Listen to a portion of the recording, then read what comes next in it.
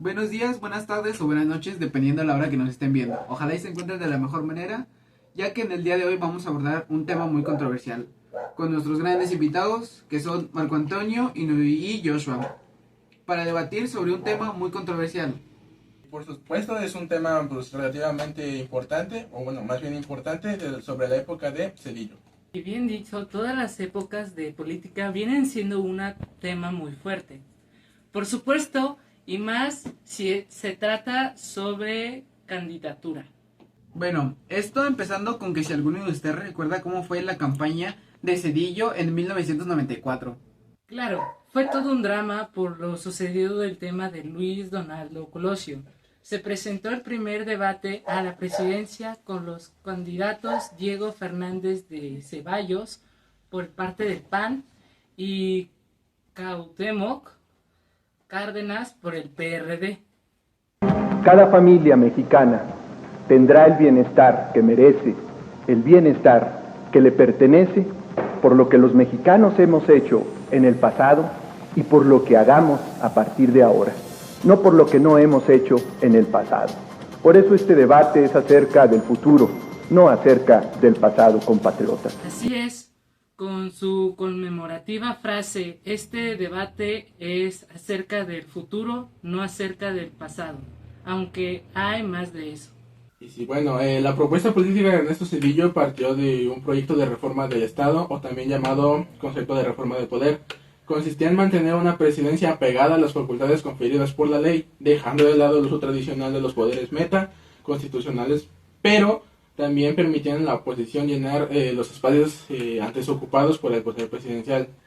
También cabe recalcar que para todos Cedillo era como una pulga, ya que ante los demás políticos del PRI, pues no era, por así decirlo, mal visto, ya que nunca había obtenido algún cargo o algún otro cargo político, ya que lo más relevante que se hizo en sus años fue de la muerte de Colosio, no por la elección del mismo Ernesto. Ernesto quedó en la presidencia con 17, 180 y 651 de votos, con un 48.69%, con su popular lema Bienestar para tu familia. Ernesto Cedillo Ponce de León asumió la presidencia de la República el 1 de diciembre de 1994, bajo un contexto aún más difícil. Bueno, también estuvo caracterizado por varias situaciones que afectaban la economía y amenazaban seriamente la estabilidad política y social del país. Llegó presionado por numerosas voces, desde la sociedad y los partidos políticos, clamaban por una transformación del régimen político que proporcionó el dominio priista. Claro, y todos esos temores tenían sustento, pues México había reducido las restricciones que se imponían en el comercio nacional, lo que se le llamó liberalismo comercial, lo que provocó que tuviera un intercambio negativo en los bienes y servicios con el resto del mundo y de más de 27 millones de pesos en endeudamientos increíbles. Pero recordemos también que estimaban que el peso estaba sobrevaluado, con un valor superior al que se debía, lo que provocó una fuga de capitales donde activos y dinero salían del país. Y si el precio del dólar subía, también aumentaba lo que el gobierno debía pagar por tesóbono, lo que significa un incremento intenso en inversiones a corto plazo que salían del país con muchísima ganancia, dejando el peso en una caída libre.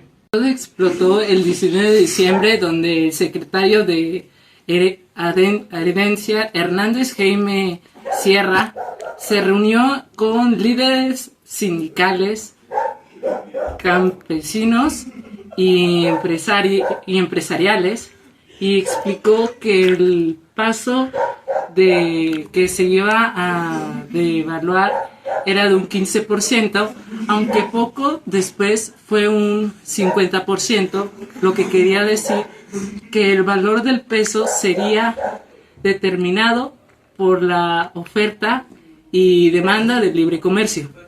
Bueno, ahí fue donde empezó una salida de capitales, lo que hizo que reservas internacionales se redujeran de 12.300 a 3.483 millones de dólares en un mes. La crisis económica posterior fue muy fuerte, la gente perdió sus empleos, los bancos y empresas estaban quebrando y los inversionistas ya desconfiaban en el país. Incluso hubo repercusiones en Argentina y Brasil, por los inversionistas siendo llamada el efecto tequila. Después de toda esta controversia, Serra fue despedido. Posteriormente, los precios se elevaron muy rápido y el poder adquisitivo de la población se desplomó. No cabe duda que el año de 1994 cerró con un derrumbe del sueño neoliberal, que ingresa al primer mundo e inició con una crisis económica devastadora para toda la población. Fue entonces donde el presidente Zedillo presentó el plan de emergencia económica, donde recurrió a la ayuda externa con una ayuda superior a los $50 millones con el respaldo del presidente Bill Clinton a finales de febrero de 1995. El gobierno cedió a la petición de Estados Unidos, tomando de nuevo reformas cada controversia, incrementando el IVA a un 15%, aumentando las tarifas de los precios de los servicios públicos, contuvo el alza de los precios salarios por debajo de la inflación, o sea, que a los trabajadores podían comprar menos productos por el mismo precio. Y aún así, a pesar de todo el apoyo financiero, la estabilidad económica del país persistió. En febrero, la inflación anual incrementó el 55%. Esto provocó la separación del negocio y el empleo. La economía cuyó un 6.2% y la desigualdad social creció aún más. Por todo esto, muchos mexicanos no pudieron pagar sus créditos, por lo que la cartera vencida del banco comercial creció más de 150% en tan solo un año, dejando casi en bancarrota. Precisamente se dio porque la banca fue privatizada por el gobierno de Salinas, llegando a ella empresarios corruptos e inexpertos.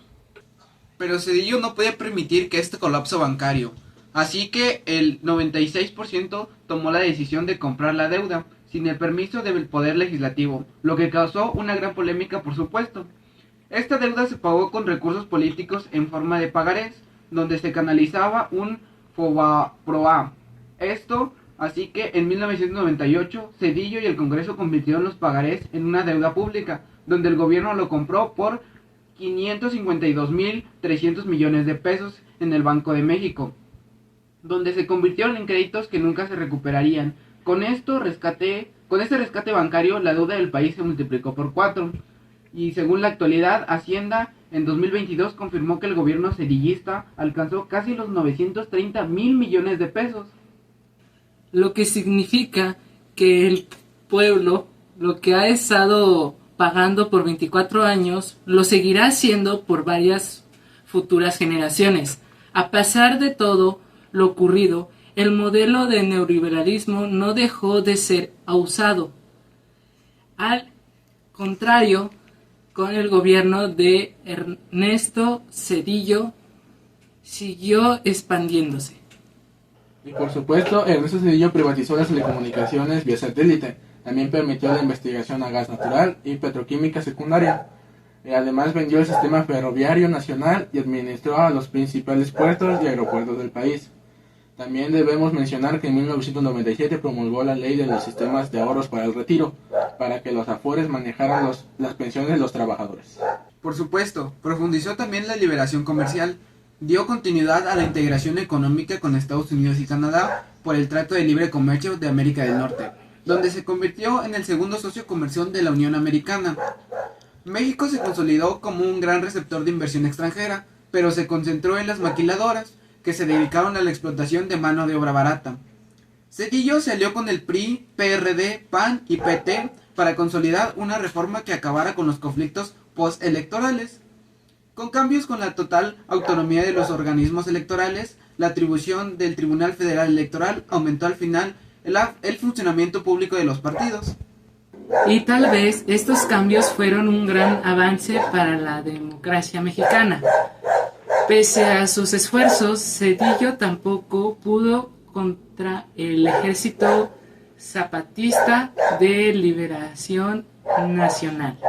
Aunque en Chiapas, el 22 de diciembre de 1927, un grupo enmascarado asesinó a 47 indígenas en la comunidad de Acateal. El Ejército Zapatista cumplió al gobierno sobre este lamentable hecho, Para evitar los malos entendidos y situaciones de este tipo, Zedillo propuso en una marcha el Programa Nacional de Educación, Salud y Alimentación, que se centró en apoyar a las zonas de mayor marginación. Otro conflicto fue la prolongada huelga estudiantil en la Universidad Nacional Autónoma de México. Esta protesta por el aumento de cobros por cuotas de inscripción.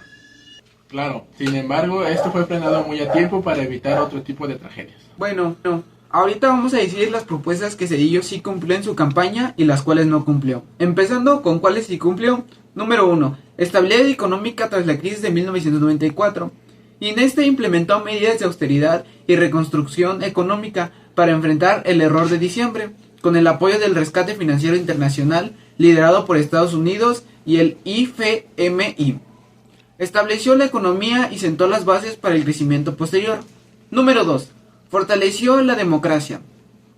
Esto permitiendo al adulto mayor autonomía del Instituto Federal Electoral, el IFE, lo que contribuyó a las elecciones más transparentes y a la transición democrática en 2000, con el triunfo de Vicente Fox, marcando el fin de 71 años de dominio del PRI.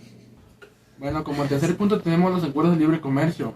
Logró consolidar la implementación del Tratado de Libre Comercio de América del Norte y amplió relaciones comerciales e internacionales, impulsando las exportaciones mexicanas. Como cuarto punto tenemos las reformas de seguridad social y educación. Promovió cambios en el IMSS para modernizarlo y garantizar la sostenibilidad financiera. Impulsó programas educativos como el fortalecimiento de la cobertura básica y alfabetización. Ahora hablaremos sobre las propuestas que no cumplió. Primero, la reducción de la pobreza, a pesar de el programa como Pobreza y Crisis de 1994 a 1995.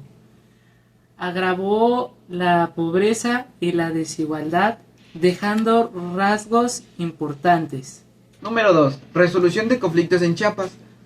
Esto, aunque intentó un diálogo con el Ejército Zapatista de Liberación Nacional, el conflicto no se resolvió completamente y persistieron tensiones en la región. Número 3. Reforma energética y fiscal. No logró concretar reformas profundas en estos sectores debido a la oposición política y social, lo que dejó al país con un sistema fiscal y energético dependiendo del petróleo. Bueno, ya como último punto tenemos que la reducción de la corrupción. Aunque hubo avances en la transparencia electoral, el problema de la corrupción gubernamental persistió en distintos niveles de su administración. Ya como último, en cuestión de nuestra opinión, tenemos en cuenta que Zedillo llegó a un gobierno demasiado, por decirlo así, con problemas muy económicos, y a pesar de todos estos problemas logró cumplir ciertos puntos que prometió en campaña, logrando hacer pues de alguna manera que su gobierno haya sido efectivo y pues correcto.